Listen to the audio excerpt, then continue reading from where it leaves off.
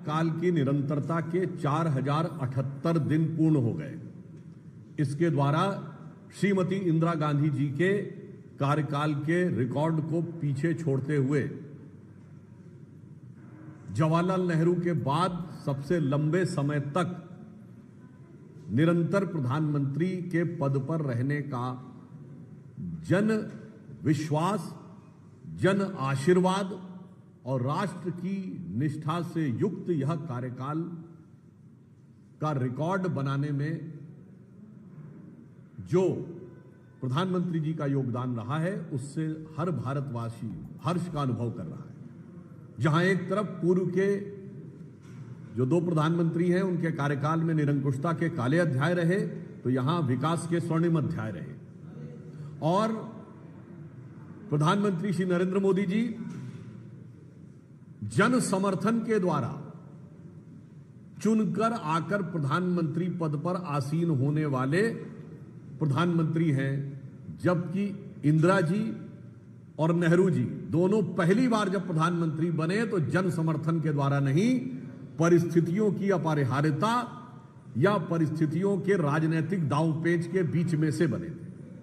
परंतु इस अवसर पर ही झारखंड सरकार के एक मंत्री अंसारी जी के द्वारा जिस प्रकार का विद्वेषपूर्ण, क्षुद्र और अवमानना से भरा हुआ बयान प्रधानमंत्री श्री नरेंद्र मोदी जी के बारे में किया गया है, वो एक बार फिर कांग्रेस के उसी घृणित मानसिकता को दर्शाता है कि देश के सर्वोच्च पद पर बैठे हुए एक चाय बनाने वाले के बेटे, जो लोकतंत्र के, भारत के विकास और विराट स्थिति के प्रतीक के रूप में बैठे हुए हैं, उनके बारे में उनके बचपन, उनकी पृष्ठभूमि और व्यवसाय को लेके इस प्रकार का घृणित कमेंट, ये उन्हीं कमेंट्स की श्रृंखला में से एक है जिसमें कभी मोदी जी की बोटी बोटी करने की बात, तो कभी कब्र खोदने की बात, कभी उनके ऊपर वर्ग, जाति, समुदाय के सूचक शब्दों के द्वारा अपमान करने का प्रयास किया जाता था। परंतु यह घटना सिर्फ एक अलग नहीं है, यह कांग्रेस की एक सुविचारित योजना का हिस्सा है, क्योंकि कांग्रेस के नेता प्रतिपक्ष श्री राहुल गांधी जी हमेशा से प्रधानमंत्री श्री नरेंद्र मोदी जी के बारे में बहुत अशोभनीय शाब्दिक लफाजी करने के आदतन हो चुके हैं, आदी हो चुके हैं, और यह उनकी गरिमा के तो प्रतिकूल है ही। भारत में संविधान की मर्यादा और राजनीति की मर्यादा को ध्वस्त करने का एक उदाहरण है। आज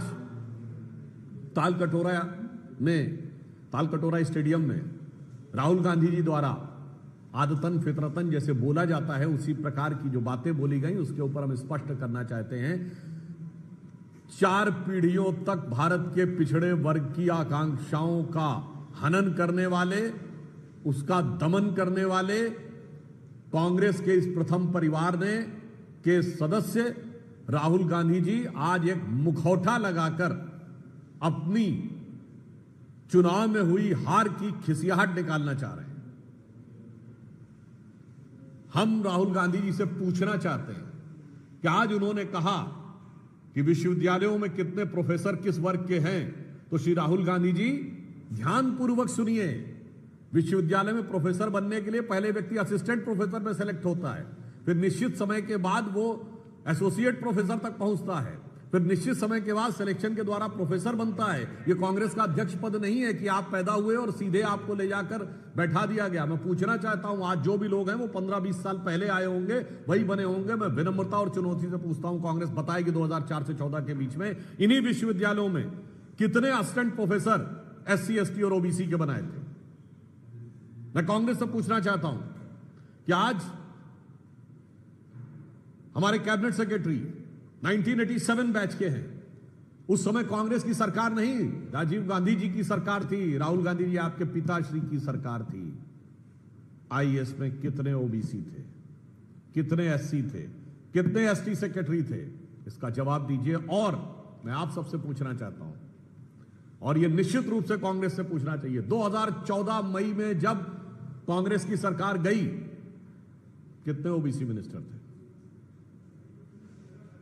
कितने ओबीसी मंत्री थे बताएं। मेरा दावा है कि वो 4 भी नहीं बता सकते, क्योंकि 4 भी नहीं थे। आप उनसे पूछिएगा तो 2 के नाम भी नहीं बता सकते, क्योंकि शायद 2 भी नहीं थे। इसलिए दिखाई पड़ता है कि ये जिस विषय की बात करते हैं, ओबीसी के हक पर डाका डालने का काम कर्नाटक और तेलंगाना की सरकार अल्पसंख्यक समुदाय के लगभग सारे लोगों को पिछड़े वर्ग में शामिल करके करना चाह रही है।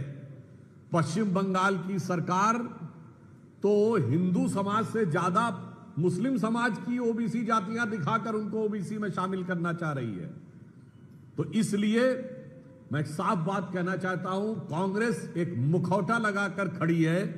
इस मुखौटे के पीछे का असली सच यह है कि बाबा साहब अंबेडकर ने जो पिछड़ों और एससी को आरक्षण का अधिकार दिया था, उस इबारतें बाबा साहब अंबेडकर को इस मुखौटे की आड़ में ये इमारतें शरिया में तब्दील करना चाह रहे हैं।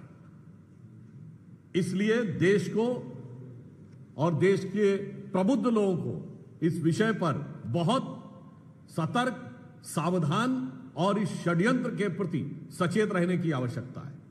मैं पुनः अपनी बात को रिपीट करता हूं। श्री राहुल गांधी जी अपने पिताजी के कार्यकाल के एससी, एसटी, ओबीसी, आईएएस अधिकारियों की संख्या बताएं। मनमोहन सिंह जी और सोनिया जी के कार्यकाल में 2004 से 9 के बीच में कितने यूनिवर्सिटी में असिस्टेंट प्रोफेसर, एसोसिएट प्रोफेसर थे, उनकी संख्या बताएं। और अब यह बताएं कि मुस्लिम समाज की कितनी जातियों को उन्होंने ओबीसी में इंक्लूड क्यों करवाया है और इसके द्वारा वो किसके हक के ऊपर डाका डालने का प्रयास कर रहे हैं। धन्यवाद। बिंदु और कभी कभी क्या होता है कि जनता सत्य की परीक्षा करती है, मगर कभी कभी सच की परीक्षा स्वतः और स्वयं हो जाती है।